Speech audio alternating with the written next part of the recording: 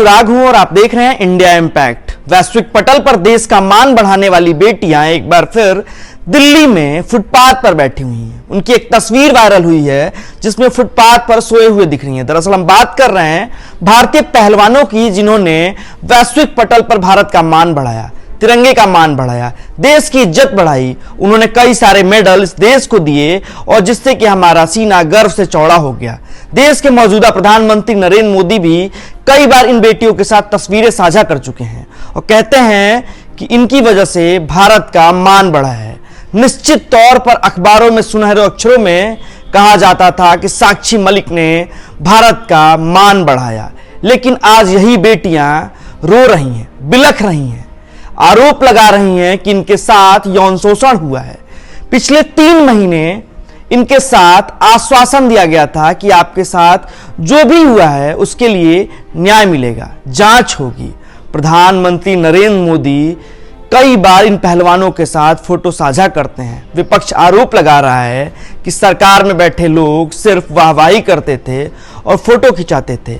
आज जब ये पहलवान रो रहे हैं, बिलख रहे हैं, न्याय की मांग कर रहे हैं, तो इसकी बात कोई नहीं सुन रहा है।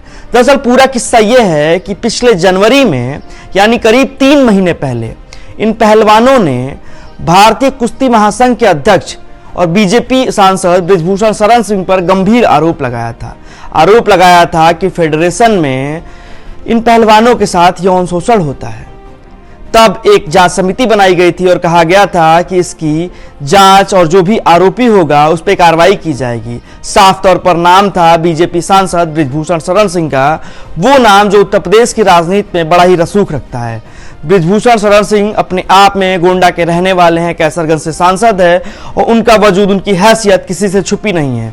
उनकी हैसियत का अंदाजा आप इस बात से लगा सकते हैं कि वो 3 बार से लगातार कुश्ती महासंघ के अध्यक्ष हैं, 6 बार से सांसद हैं और बीजेपी के बड़े नेताओं में गिने जाते हैं।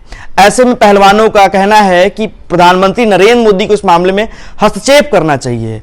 इन पहलवानों में 7 लोगों ने लिखित शिकायत दिल्ली पुलिस को दर्ज कराई है। उसमें एक माइनर केस भी है और पहलवानों का कहना है कि इसमें पास्को के तहत कार्रवाई होनी चाहिए। लेकिन अभी तक जिस तरह से मामला सन्नाटे में पड़ा हुआ है, अभी एक तस्वीर विनेश फोगाट ने साझा की थी जिसमें देखा जा सकता था कि ये पहलवान फुटपाथ पर एक चादर के सहारे सो रहे हैं। इससे पहले भी ठंडियों में कई रात इन पहलवानों ने फुटपाथ पर बिताया। इन पहलवानों की आंखों में तो आंसू हैं ही। इनको देखने के बाद, इनके मार्मिक दर्द को समझने के बाद जो खेल प्रेमी हैं उनकी भी भावनाएं आहत हुई। उन्हें लगा कि इन पहलवानों के साथ इस तरह की राजनीति नहीं होनी चाहिए।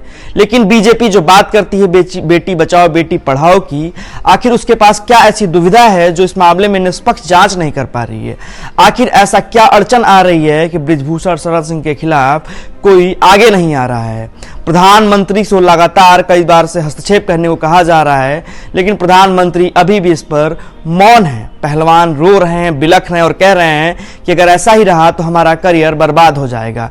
इस फेडरेशन में कई महिला पहलवानों के साथ यौन शोषण होता है, उनके साथ बदतमीजी होती है। उन्होंने यहां तक आरोप लगाया कि बृजभूषण शरण सिंह गाली गलौज के साथ बात करते हैं। लेकिन देखना यह होगा कि अब मामला सुप्रीम कोर्ट चला गया, सुप्रीम कोर्ट ने मामले में हस्तक्षेप किया है, लेकिन क्या इन पहलवानों को जल्दी न्याय मिल पाएगा?